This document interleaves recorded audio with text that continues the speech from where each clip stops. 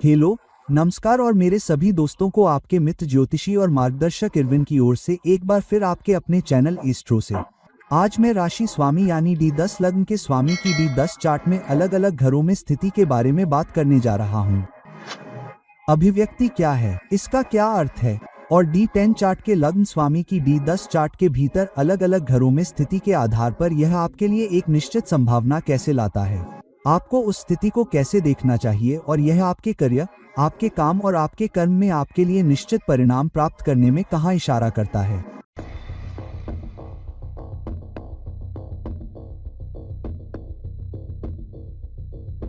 अब जब D10 chart का लग्न स्वामी लग्न में ही पहले घर में जाता है तो लग्न क्या होता है। लग्न समाज में आपका कद है, लोग आपको किस नजर से देखते हैं और जीवन के प्रति आपका नजरिया क्या है। तो जब हम D10 चार्ट के लग्न के बारे में बात कर रहे हैं तो D10 चार्ट का लग्न दर्शाता है कि आप अपने काम में और अपने जीवन के विभिन्न कार्यों में या अपने जीवन के विभिन्न कर्मिक क्षेत्रों में खुद को कैसे पेश करते हैं। आपके जीवन का कर्म यह इस बारे में भी है कि दूसरे आपको कैसे देखते हैं, आप कैसे काम करते हैं और आप कुछ खास नतीजे कैसे लाते हैं। तो आपके कार्य क्षेत्र में, आपके करियर में दूसरे आपको कैसे देखते हैं और आप काम को कैसे परिभाषित करते हैं। क्या यह आपके लिए बहुत सार्थक है, क्या यह जीवन का एक दृष्टिकोण है जिसे आपको काम करने की आवश्यकता है। क्या आप अपने काम को जीवन का एक उद्देश्य देखते हैं, क्या आप अपने जीवन को अपने काम से जुड़ा हुआ देखते हैं। क्या आप देखते हैं कि काम करना महत्वपूर्ण है और आप खुद को कैसे पेश कर पाते हैं और आपके काम, आपके कर्म, आपके विभिन्न कार्यों के कारण आपको समाज में किस तरह का कद, किस तरह का सम्मान, किस तरह की प्रतिष्ठा मिल सकती है। क्योंकि यह केवल आपके काम के बारे में नहीं है बल्कि यह सामान्य रूप से आपके कार्यों के बारे में है और काम आपको कैसा लगता है। क्या यह द्वेषपूर्ण है, क्या यह मौज मस्ती है, क्या यह कड़ी मेहनत है या फिर यह जिम्मेदारी है और काम पर आपका उद्देश्य क्या है। तो लग्न में किस राशि का प्रभाव होगा, इसके आधार पर काम के प्रति आपका दृष्टिकोण भी समान होगा। यदि सिंह राशि है तो आप काम के प्रति अधिक जिम्मेदार होंगे या कम से कम आपके लिए आपके काम को इसी तरह परिभाषित किया जाएगा। यदि कन्या राशि है तो आपके लिए काम को अधिक सेवा उन्मुख माना जाएगा। यदि यह अधिक है और कर्क राशि है तो आपको काम में अधिक सहयोगी और अधिक पोषण देने की आवश्यकता है और यह भी कि कौन सा ग्रह पहले घर में जाता है यह भी तय करेगा कि दूसरे आपको कैसे देखेंगे और आपको अपने काम में कैसे परिणाम मिलेंगे। यह भी दिखाएगा कि आप अपने कद को कैसे परिभाषित करते हैं या अपने काम से संबंधित जीवन के एक निश्चित कद के पद पर कैसे पहुंचते हैं। काम पर आपकी स्थिति कैसी है, यह लग्न में स्थित ग्रहों के माध्यम से देखा जाता है। क्या आप एक पोषण करने वाले व्यक्ति के रूप में देखे जाते हैं, क्या आप एक जिम्मेदार व्यक्ति के रूप में देखे जाते हैं, क्या आप एक गैर बकवास व्यक्ति के रूप में देखे जाते हैं, क्या आप अधिक व्यवहारिक व्यक्ति के रूप में देखे जाते हैं। पहले घर में कौन सा ग्रह जाता है, इसके आधार पर अब आपके D10 चार्ट से संबंधित दूसरा घर शमशान इस बारे में है कि आप अपने काम से जुड़े पोषण या आजीविका को कैसे परिभाषित करते हैं, जो आपके जीवन में आपके कर्म से जुड़े विभिन्न कार्मिक परिणामों से जुड़ा है और जाहिर है कि आपके कर्म भी आपके काम से अधिक संबंधित हैं। आप अपने काम के लिए पुरस्कार को कैसे देखते हैं, क्या आप अपने काम के लिए पुरस्कार को पैसे के रूप में देखते हैं जो आपको मिलना चाहिए या स्टॉक जो आपको मिलता है। क्या आप पैसे से अधिक प्रशंसा पसंद करते हैं। काम से जुड़े आपके मूल्य या सिद्धांत क्या हैं, आप काम पर किन मूल्यों का प्रदर्शन करते हैं। क्या आप बेहतर पुरस्कारों के लिए नियमों को तोड़ने के लिए तैयार हैं। आजीविका या धन प्राप्त करने के क्षेत्र में दूसरे आपको कैसे देखते हैं। क्या आप खुद को पैसे के मामले में ईमानदार व्यक्ति के रूप में देखते हैं और क्या आप पैसे या धन कमाने या आजीविका कमाने से जुड़ी ईमानदारी वाले व्यक्ति के रूप में देखे जाना चाहते हैं। ये सभी दूसरे घर से देखे जाते हैं। जाहिर है कि दूसरे घर में कौन सी राशि जाती है उसका अपना स्वाद होगा। तो अगर यह कन्या राशि है तो इसका मतलब है कि आप खुद को धन कमाने में अधिक सेवा उन्मुख के रूप में देखेंगे। अगर यह तुला राशि है तो आप अधिक धन कमाने और अपनी आजीविका कमाने के लिए रिश्तों का उपयोग करेंगे और यही ग्रह दूसरे भाव में जाता है तो स्वाद भी आता है। अगर सूर्य दूसरे भाव में जाता है तो आप अपना आत्मसम्मान भी अर्जित करना चाहेंगे। आप अपनी आजीविका में बहुत सम्मान के साथ खुद को आगे बढ़ाएंगे और जहां जिम्मेदारी की बात हो वहां आप कोई कोताही नहीं बरतेंगे। जब D10 चार्ट का लग्न स्वामी तीसरे भाव में जाता है तो तीसरा भाव क्या होता है, आपके काम से जुड़ा होता है, आपके करियर से जुड़ा होता है, आपके कर्म से जुड़ा होता है। यह आपके प्रयास के बारे में, आपके विचार के बारे में है, जिसे तीसरा भाव दर्शाता है। क्या आप और अधिक मेहनत करने के लिए, अपनी कमर झुकाने के लिए तैयार हैं? आप किस तरह से काम करने या प्रयास करने के लिए तैयार हैं? क्या ये समर्पण के साथ, बहुत अधिक देखभाल करने वाले दृष्टिकोण के साथ, या बहुत अधिक रणनीति, कूटनीति, या यहाँ तक कि जोड़ तोड़ के साथ है? क्या आप कड़ी मेहनत के बजाय अधिक स्मार्ट काम करने के लिए तैयार हैं? क्या ये काम करने के लिए अधिक धनु दृष्टिकोण है, जिसे आप साहसिक या मजेदार बनाना चाहते हैं, या काम करने के लिए मकर दृष्टिकोण है, जो अधिक व्यवहारिक है और जो अधिक संगठित है? तो किस राशि में प्रवेश करने से आपके काम करने का तरीका, प्रयास, उद्यम और दूसरों को प्रभावित करने की आपकी क्षमता का पता चलता है? आप दूसरों से कैसे संवाद करते हैं? आप खुद को काम से जुड़े लोगों के साथ कैसे संवाद करते हुए देखते हैं, या काम पाने या परिणाम पाने में सक्षम होते हैं?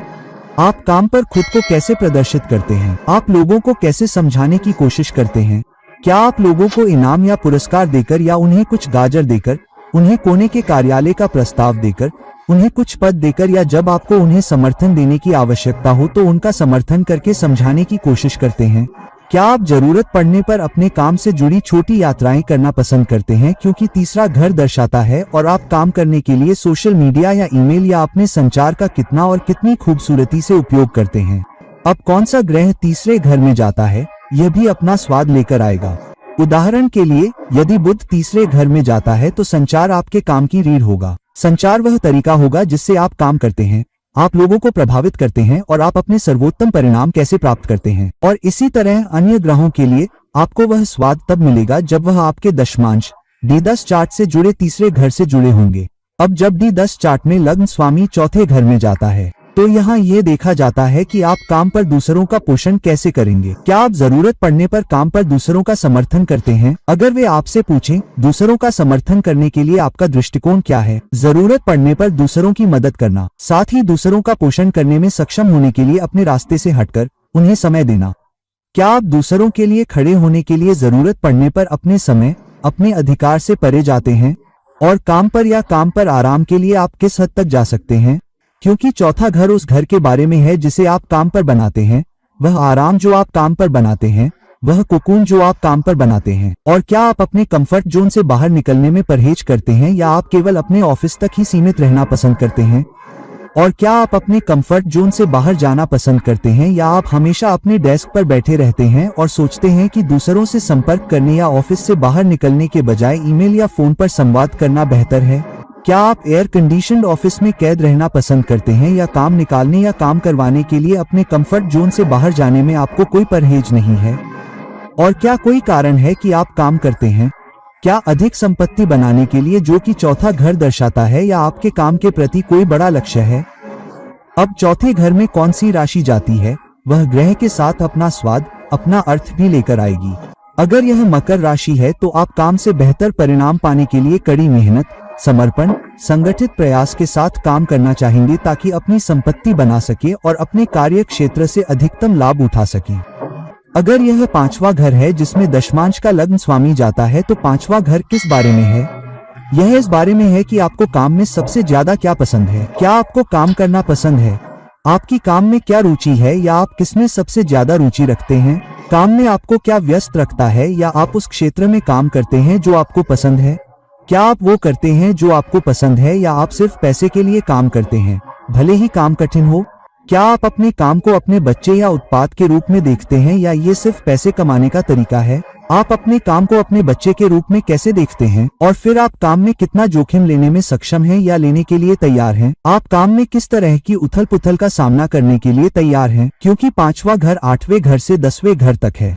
आप काम में कितने रचनात्मक या नवीन हैं? आप कितने अनुशासित हैं? अब पांचवें घर में कौन सी राशि जाती है, यह भी अपना स्वाद लेकर आएगा। यदि यह वृषभ राशि है तो आप वास्तव में जिद्दी होंगे, काम के बारे में बहुत जिद्दी होंगे, और आप केवल वही काम करेंगे जो आपको कम या ज्यादा पसंद है, जो आपको लगता है कि मूल्य जोड़ रहा है और जिसे आप करना पसंद करते हैं। अगर आपकी राशि धनु है तो आप काम में अधिक साहसी हो सकते हैं, आप जोखिम लेने वाले भी हो सकते हैं और कभी जोखिम नहीं लेना चाहते। और आपके D10 चार्ट में पांचवें घर में कौन सा ग्रह जाता है, आपके दशम चार्ट में भी इसका अपना स्वाद होगा। अगर यह सूर्य है तो आप काम से जुड़ी बहुत सारी जिम्मेदारियां लेंगे, और अगर आप अपने काम से प्यार करते हैं और जिम्मेदारी लेने में सक्षम हैं तो आप काम में भी चमक सकते हैं। और इसी तरह जब लग्न स्वामी D10 चार्ट में 5वें घर में जाता है तो कौन सा ग्रह जाता है, यह उसके पक्ष में होगा। अब अगर दशमांश चार्ट का लग्न स्वामी D10 चार्ट छठे घर में जाता है, इसका क्या अर्थ है? इसका मतलब है कि क्या आप सेवा करने के लिए काम करते हैं या आप सिर्फ रसोई की आग जलाए रखने के लिए काम करते हैं? क्या आपको काम करना पसंद है और क्या आपको किसी के अधीन काम करने में कोई दिक्कत है या आप हमेशा नेता बनना चाहते हैं? तो लग्न स्वामी के छठे घर में जाने से यह बहुत अधिक सेवा उन्मुखता लाता है। क्या आपको कोई फर्क पड़ता है कि आपको नेतृत्व की भूमिका दी जाए या नहीं, या फिर किसी न किसी तरह से काम करना और योगदान देना आपके लिए ज्यादा महत्वपूर्ण है? क्या आप अधिकार के लिए लड़ते हैं या आप आगे बढ़ने के लिए अपना समय देने के लिए तैयार हैं? और आप काम पर विरोध या प्रतिस्पर्धा का सामना कैसे करते हैं? क्या आप काम पर दुश्मन बनाते हैं और आप अपने काम के लिए दिए गए कड़े विरोध या आपको दी गई कड़ी या रचनात्मक प्रतिक्रिया को कैसे संभालते हैं? क्या आप काम पर आगे बढ़ने के लिए अपने रिश्तों को छोड़कर किसी और के ऊपर हावी होने के लिए तैयार हैं, या लोगों के साथ मिलकर काम करना आपके लिए महत्वपूर्ण है? और क्या आप काम पर अपनी सहूलियतों को बनाए रखने के लिए लड़ते हैं, काम पर अपनी भूमिका और पद को बनाए रखते हैं, या आप काम पर सभी झगड़ों और गपशप या सभी कूटनीतिक चालों से दूर रहते हैं? अब कौन सा ग्रह छठे भाव में जाता है और कौन सी राशि छठे भाव में जाती है, यह अपना स्वाद लेकर आएगा। यदि छठे भाव में मीन राशि है तो आप काम पर थोड़े भावुक भी हो सकते हैं। वहीं अगर राहु छठे भाव में जाता है तो आप लड़ाई के लिए भी तैयार रहेंगे। आप बिना लड़े प्रतिस्पर्धा या कड़े विरोध को नहीं छोड़ेंगे और आप लोगों को जवाब देंगे और आप आग से आग का मुकाबला करेंगे। और इसी तरह छठे भाव में जाने वाले विभिन्न ग्रह अपने अपने अर्थ, अपनी परिभाषा लेकर आएंगे। अब अगर यह सप्तम भाव है जिसमें लग्न स्वामी या D10 चार्ट या D-शमशा चार्ट जाता है, तो यह इस बारे में है कि आपके लिए काम पर संबंध कितने महत्वपूर्ण हैं। क्या आप साझेदारी में संबंध बनाने पर काम करते हैं या आप साझेदारी या संबंधों से दूर रहते हैं? क्या आप टीमों में काम करना पसंद करते हैं? क्या आप टीमों में काम करना पसंद करते हैं या आप वन मैन शो हैं? काम पर आपके संबंध कितने मजबूत हैं? क्या कोई आपके लिए कुछ करने के लिए रास्ते से हटकर जाएगा और क्या आप करेंगे?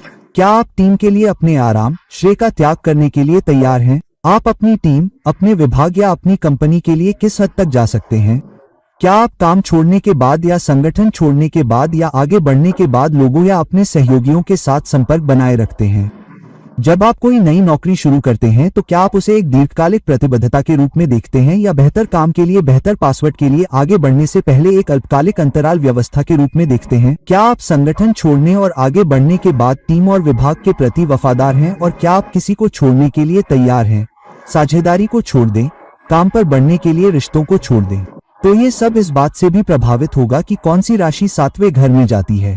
अगर यह कर्क राशि है तो आप भावनात्मक रूप से काम पर रिश्तों, काम पर नेटवर्क से भी जुड़े रहेंगे। अगर केतु ग्रह सातवें घर में जाता है तो आप दूसरों के लिए बहुत कुछ कर सकते हैं और अपने लिए बहुत कम कर पाएंगे, या काम से अधिक या अधिक पाने के लिए या काम से अधिक निकालने के लिए एक बड़ा संघर्ष होगा। और इसी तरह सातवें घर में जाने वाले विभिन्न ग्रह, विभिन्न राशियां भी अपने अपने स्वाद, अपनी अपनी अभिव्यक्तियां लेकर आएंगी। अब अगर यह आठवां घर है जिसमें D10 चार्ट का लग्न स्वामी है जो कि शमशा चार्ट है, तो इसका क्या मतलब है? इसका मतलब है कि काम पर सबसे बड़ी चुनौती आपके रिश्ते हैं, या फिर आपको मिलने वाला पैसा, या फिर आपको मिलने वाला वेतन, या फिर आपके काम करने के तरीके में से कौन सी चीज आपके लिए सबसे बड़ी चुनौती है? आपके साथ ऐसा क्या होता है जिससे अचानक कुछ हो जाता है? जब चीजें अटक जाती हैं या आपके हिसाब से नहीं होती हैं, तो आप क्या और कितनी जिम्मेदारी लेने के लिए तैयार रहते हैं? आप उन बाधाओं को कैसे दूर करते हैं? क्या आप धमकियों का इस्तेमाल करते हैं? क्या आप लोगों को एक खास तरीके से काम करने के लिए बहलाते हैं, या आप अपने रिश्तों और नेटवर्क का इस्तेमाल करते हैं? जब कोई चुनौती, बाधा या समस्या आपके सामने आती है तो आप अपने काम के लिए कितने तैयार रहते हैं? या जब चीजें गलत हो जाती हैं तो क्या आप अक्सर अपना आपा खो देते हैं और समझ नहीं पाते कि चीजों से कैसे निपटा जाए? काम पर कितनी बार चीजें गलत हो जाती हैं और आप उन्हें कैसे सुलझाते हैं? क्या आप अपने काम, अपने प्रोजेक्ट्स, अपने आउटपुट को लेकर ज्यादा सीक्रेट रहते हैं और अपने पत्ते अपने सीने से लगाकर रखते हैं, या आप ऐसे व्यक्ति हैं जो अपने सारे पत्ते खोलकर काम करते हैं? क्या आप चुनौतियों का सामना करने पर हार मान लेते हैं, या आप लचीले और काम के लिए तैयार रहने वाले व्यक्ति हैं? तो ये सब तब पता चलता है जब आपका लग्न स्वामी अष्टम भाव में जाता है। अब अष्टम भाव में कौन सी राशि है, अष्टम भाव में कौन सा ग्रह जाता है, उसका अपना अलग मतलब होता है। अगर वृश्चिक राशि है तो आप काम में अधिक चतुर और गुप्त रहने वाले हो सकते हैं। अगर बुध अष्टम भाव में जाता है तो आप बहुत बुद्धिमानी से निर्णय लेने वाले और काम के दौरान तार्किक व्यक्ति होंगे। न कि भावनाओं में बहकर निर्णय लेने वाले।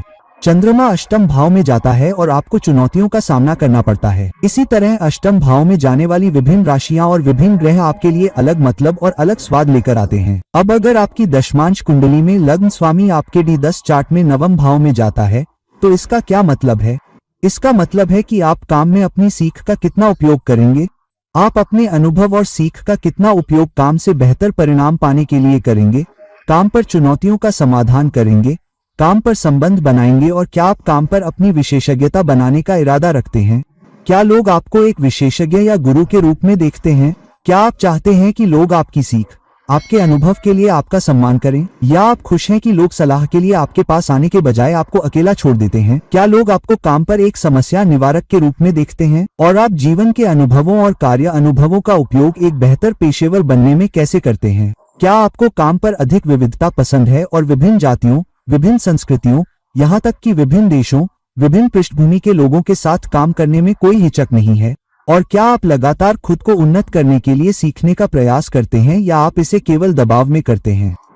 तो लग्न स्वामी के 9वें भाव में जाने का यही अर्थ है कि कौन सी राशि 9वें भाव में जाती है उसका अपना स्वाद होगा। यदि यह बृहस्पति है तो सीखने में कोई गंदगी नहीं है। आप और अधिक सीखना चाहेंगे क्योंकि बृहस्पति ग्रह 9वें भाव में जा रहा है। यदि मेष राशि नवम भाव में जाती है तो सीखने के लिए बहुत अधिक लक्ष्य उन्मुखीकरण होगा।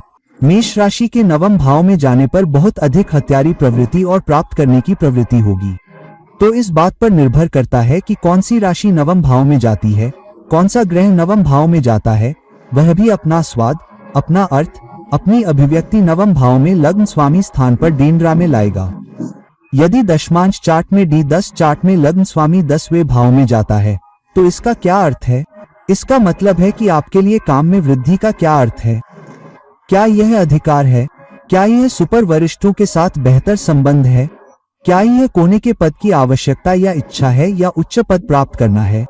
आपके वरिष्ठ आपको कैसे देखते हैं? क्या वे आपको एक वर्कहॉलिक, एक विशेषज्ञ या किसी ऐसे व्यक्ति के रूप में देखते हैं जो काम से दूर रहता है, या कोई ऐसा व्यक्ति है जो एक टीम बनाना चाहता है, अपने काम में अच्छा है, नेतृत्व का निर्माण करता है, नवीनता रखता है, रचनात्मक है? क्या आपके वरिष्ठ, आपके प्रबंधक किसी समस्या के समाधान के लिए या किसी महत्वपूर्ण कार्य को निपटाने के लिए आपसे संपर्क करते हैं, अगर जरूरत हो, अगर कहीं आग लग जाए?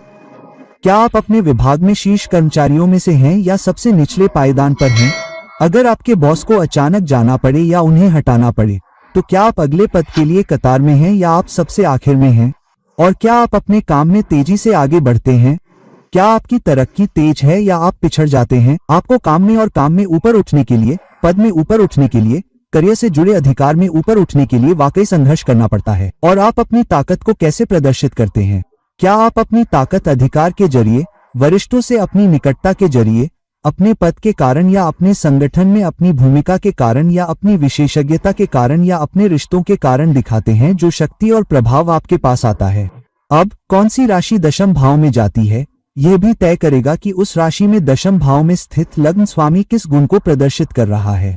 अगर यह मिथुन राशि है तो आप कड़ी मेहनत करने से नहीं कतराएंगे, लेकिन कई बार आप थोड़े कंफ्यूज भी हो सकते हैं। क्या मैं सही करियर में हूँ? क्या मैं सही काम कर रहा हूँ? क्या मुझे कुछ और करना चाहिए? मुझे ये करना चाहिए या वह? क्या यह सही फैसला है या नहीं? और कौन सा ग्रह 10वें घर में जाता है ये भी तय करेगा कि आप काम के प्रति किस तरह का नजरिया अपनाएंगे। अगर यह सूर्य है तो आप बहुत ज्यादा अधिकार और जवाबदेही के साथ काम कर सकते हैं। अगर यह मंगल है तो आप बहुत ज्यादा इच्छा शक्ति, बहुत ज्यादा फोकस और लड़ाई के लिए तैयार होकर काम कर सकते हैं। और इसी तरह कौन सी राशि 10वें घर में जाती है, कौन सा ग्रह 10वें घर में जाता है, हम उसका अपना मतलब, अपनी अभिव्यक्ति लेकर आते हैं जब D10 चार्ट में लग्न स्वामी 10वें घर में जाता है। अगर D10 चार्ट में लग्न स्वामी दशमांश चार्ट में, दशांश चार्ट में 11वें घर में जाता है तो इसका क्या मतलब है?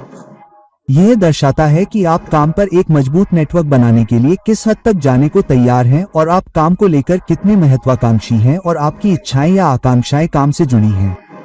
आप अपने काम से क्या हासिल करना चाहते हैं? आप अपने काम से कितना जुड़ाव महसूस करते हैं? आप दूसरों के लिए और जनता के लिए कितना मूल्य जोड़ते हैं और आप खुद को एक योगदानकर्ता के रूप में देखते हैं, न कि केवल पहिए की एक और तीली के रूप में। आप काम पर संबंध बनाए रखने और संबंधों में आगे बढ़ने और उन संबंधों के माध्यम से काम पर आगे बढ़ने के लिए बहुत प्रयास करते हैं। और आप बड़े संगठनों में काम करना पसंद करते हैं या आप छोटे अंतरंग क्षेत्रों में काम करना पसंद करते हैं।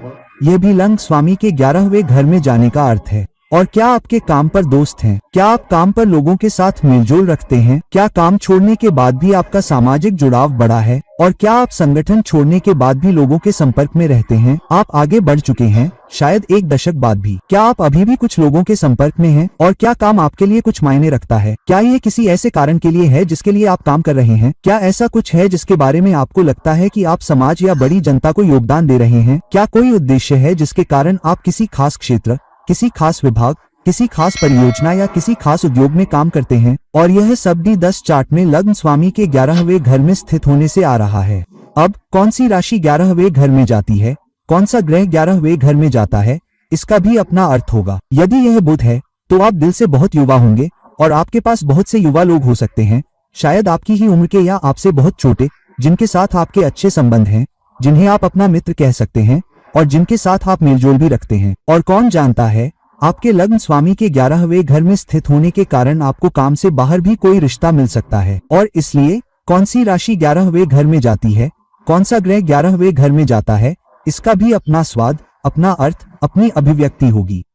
अगर आपके D10 चार्ट में लग्न स्वामी 12वें भाव में है, दशमांश चार्ट में, इसका मतलब है कि आप काम में योगदान देने के लिए किस हद तक जाते हैं। क्या आप काम में ज्यादा घंटे लगाने से हिचकिचाते हैं? क्या आपको लगता है कि कड़ी मेहनत समय और मेहनत की बर्बादी है? आपको कितना लगता है कि आप योगदान करने में सक्षम हैं और उसमें से कितना समय बर्बाद होता है, या आपका श्रम काम करने के आपके दृष्टिकोण का परिणाम है? क्या आपको लगता है कि आपको पर्याप्त भुगतान किया जाता है? अगर अच्छा नहीं तो क्या काम में कुछ बड़ा, यहाँ तक कि आध्यात्मिक है, जो आपको आकर्षित करता है, जो आपकी भावनाओं को आकर्षित करता है, जो आपके दिल को आकर्षित करता है, जो आपको अपने काम से, योगदान से, सेवा से, उस उपलब्धि से जोड़े रखता है जो आपने हासिल की है? और क्या वह काम आपके लिए इतना मायने रखता है कि भले ही आपको कम मिलता रहे, या उद्योग आपको पर्याप्त भुगतान न करे, या वेतन में उतनी वृद्धि न हो, तो भी क्या आप उस कारण के लिए काम करना जारी रखेंगे? क्या आप उस इंडस्ट्री के लिए काम करना जारी रखेंगे क्योंकि आपको उस काम से, उस काम में योगदान से एक खास लगाव है, और जब कोई इनाम न मिले या बदले में आपको कोई सेवा न मिले, तब भी आप किस हद तक काम करेंगे? क्या आप अपने काम को किसी अलौकिक, आध्यात्मिक, आपसे भी ऊंची किसी चीज, किसी सर्वोच्च ऊर्जा या ईश्वरीय शक्ति से जोड़ते हुए देखते हैं जिसे आप अपने काम से जोड़ते हैं? क्या आप अपने काम को अपने अस्तित्व का एक उद्देश्य मानते हैं ताकि आपके अस्तित्व को अर्थ मिले? क्या आप आगे बढ़ने के बाद एक मजबूत विरासत छोड़ना चाहते हैं? और क्या आप चाहते हैं कि आपके जाने के बाद भी लोग आपको एक योगदानकर्ता के रूप में याद रखें, जिसने काम, विभाग, संगठन और इंडस्ट्री में बहुत कुछ जोड़ा? और क्या आप वाकई महसूस करते हैं कि अपने काम के जरिए, अपने योगदान के जरिए आप वाकई सर्वोच्च ऊर्जा तक पहुंच गए हैं? और दशमांश चार्ट में लग्न स्वामी का 12वें घर और D10 चार्ट में जाने का यही अर्थ है। तो दोस्तों, अब जब हमने चर्चा कर ली है कि लग्न लॉट D10 चार्ट में किस घर में जाता है, दशमांश चार्ट में अपना स्वाद, अपना अर्थ लेकर आएगा, साथ ही वह किस राशि में है और उस घर में कौन से ग्रह जाते हैं, कौन से ग्रह दृष्टि करते हैं, क्या कोई युति है, क्या कोई योग के बजाय ऊर्जाओं का तालमेल है, या वे आधार हैं जो आपके करियर में अधिक अर्थ पाते हैं, आपके काम में अधिक अर्थ पाते हैं, आपके काम में अधिक योगदान पाते हैं, और इन अभिव्यक्तियों, इन संकेतों का उपयोग करके अपने दश को बेहतर ढंग से समझकर अपने काम से अधिकतम लाभ उठा सकते हैं, अपने कर्म से अधिकतम लाभ उठा सकते हैं, और वास्तव में खुश रह सकते हैं और काम में बेहतर योगदानकर्ता बन सकते हैं। तो दोस्तों, इस वीडियो को लाइक करें, इसे शेयर करें, और अगर आप मुझसे व्यक्तिगत परामर्श चाहते हैं तो कृपया नीचे दिए गए लिंक से मुझसे संपर्क करें। किसी अन्य वीडियो के साथ फिर से मिलते हैं। मैं आपका मित्र ज्योतिषी और मार्गदर्शक आपसे विदा लेता हूं। नमस्ते। इसे करें।